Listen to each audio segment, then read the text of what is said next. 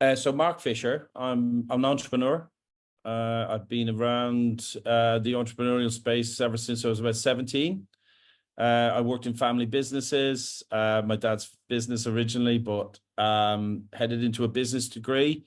Headed to the United States for a number of years, did a lot of great work there, set up a company there, and came back to Europe, where I've continued on. But for the last 10 years, I'd say, Angela, it's been more focused on fintech, AI, retrained myself, went to Oxford University, took the program there in fintech, and absolutely loved it. I knew because of the polymathic thinking that I have, I probably found the best job that I could ever work in.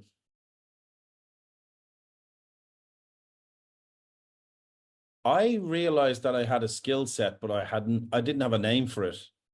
And I genuinely, I found interactions with people difficult at times, Angela, and I didn't know why, because I'm quite a, in my opinion, I'm quite a good human being, but I did find myself running into people that just thought I was too busy, I had too many things going on. And so one of the key points was that it's taking all of those ideas out and bringing them down into a level where people can understand. It's a plan. It's not just a lot of ideas.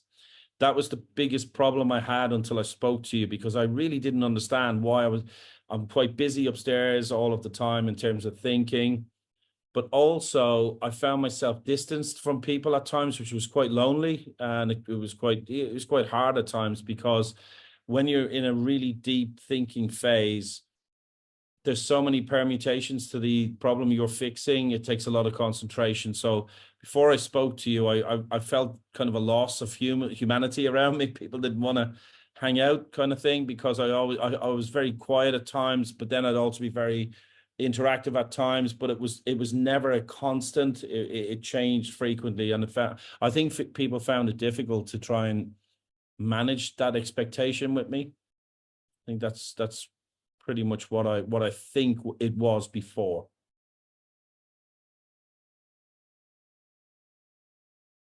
Okay, well, the first one then, relating just to what I've just said, I'm able to be more calm, and I'm not trying to meet anybody else's expectations other than my own, and that in itself is hugely empowering.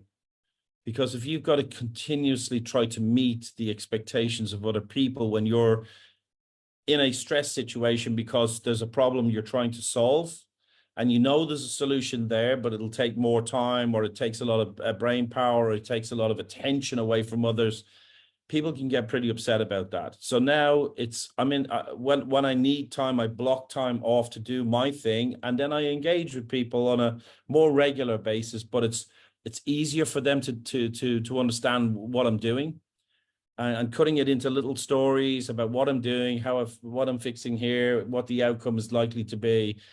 It actually gets people really excited in some cases, where they're really keen to, oh, tell me more. And that's what you want, rather than you dumping a lot of information on people. When they ask you, you can give them bite-sized chunks, and it's a lot easier for them to absorb. I think that's the key thing that I got really from you. The second thing is, I think a lot of people are afraid of being abnormal. We're perfectly normal people. We're just very busy because of the complex nature of the solutions we're trying to develop. And I know now that I'm not abnormal. It's a skill. This thing that I didn't even have a name for originally means now that I can understand that it's a way of thinking. It's a skill. It's definitely not in any way a disability. And I think that's really, again, it's very strong. It's a very important point, because again, you don't want to feel stigmatized by something that, could be misconstrued as an illness, as opposed to being a really good strength to have.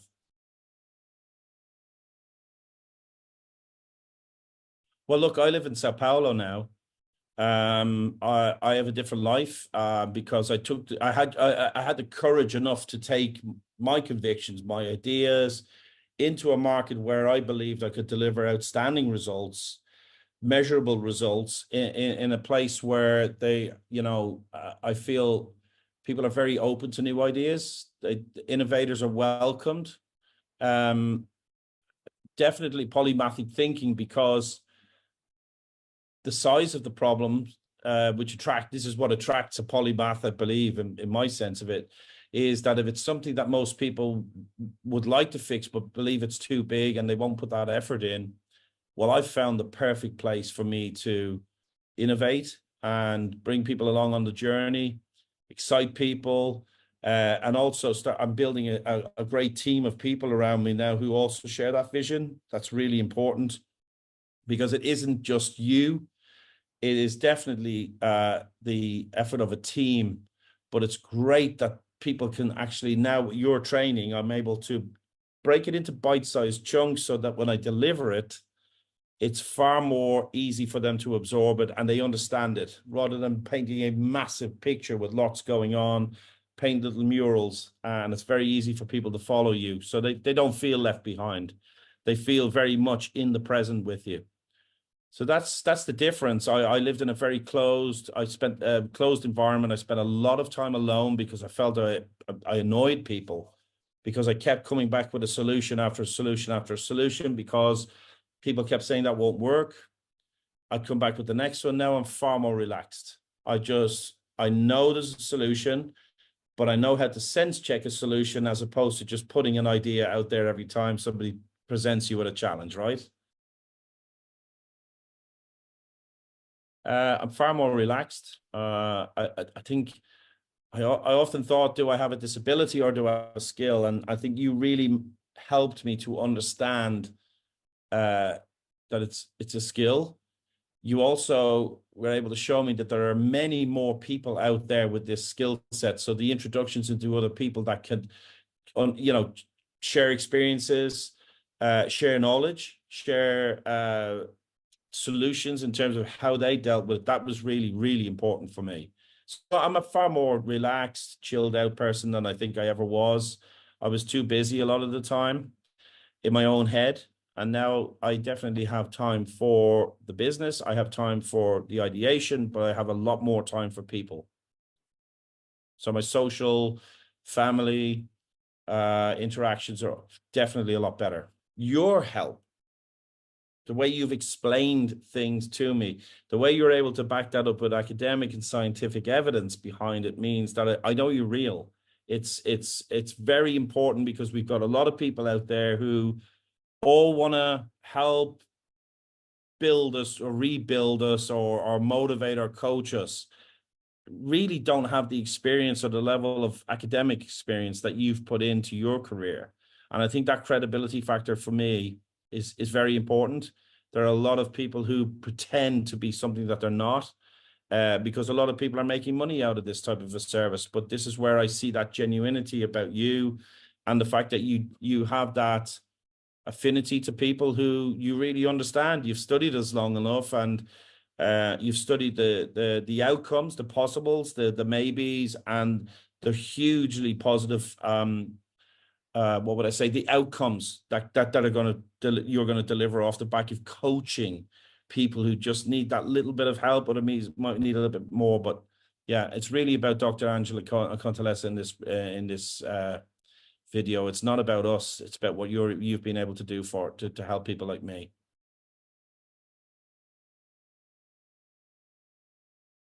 Yeah, so I think anybody that engages with you on the same level as I have is going to really love what you do.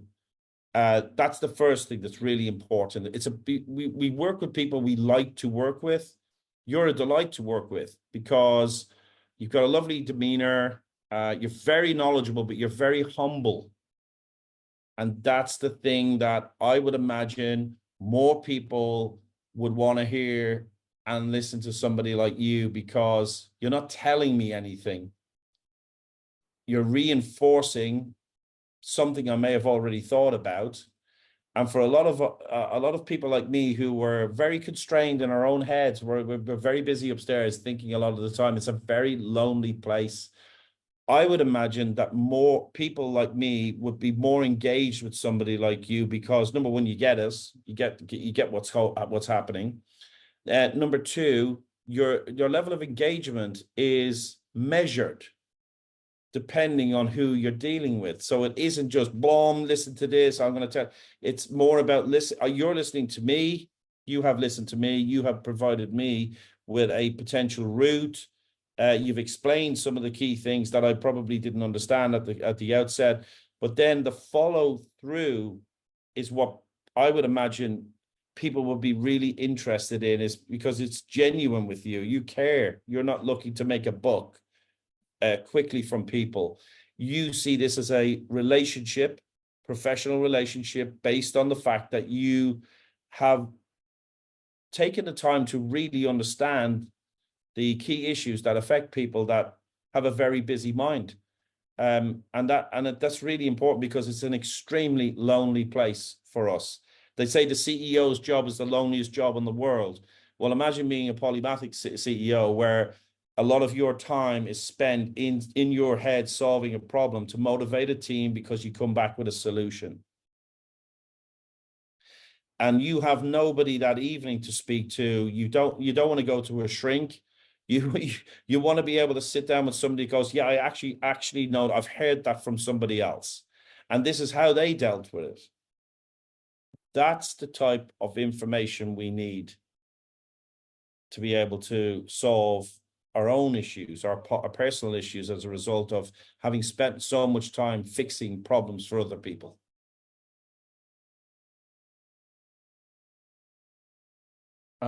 I've found a truly remarkable person that I believe, number one, that you will relate to, because it's very seldom you actually find somebody that genuinely gets you. And if you've got to continuously explain yourself to people, or continuously answer questions that you really don't want to answer, I suppose that's the key thing. It's about meeting intelligence with intelligence here, not somebody that's intelligence gathering. It's somebody that is saying, I really understand what you're going through right now. And I think a lot of people out there like me that were lost for a long time, or, certainly we weren't lost, but we were isolated. That's the best thing, because you bring people together. So the fact that you can bring people together on the same wavelength, understanding without asking too many questions, but are able to point and direct, show, prove, that's hugely important to us, because we don't have the time to listen to somebody that doesn't know what they're talking about. And that's with respect. So the fact is that if I'm talking to anybody right now, I'm going to say it is not a waste of your time. That's probably going to be the number one consideration. We do not have time for anybody to sit down and educate themselves off the back of our experiences.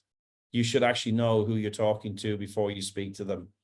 And the fact is that you know your trade, your skill, and that's what makes it easy to speak to you. In fact, I would make time to speak to you, because it's valuable. Every single conversation is valuable.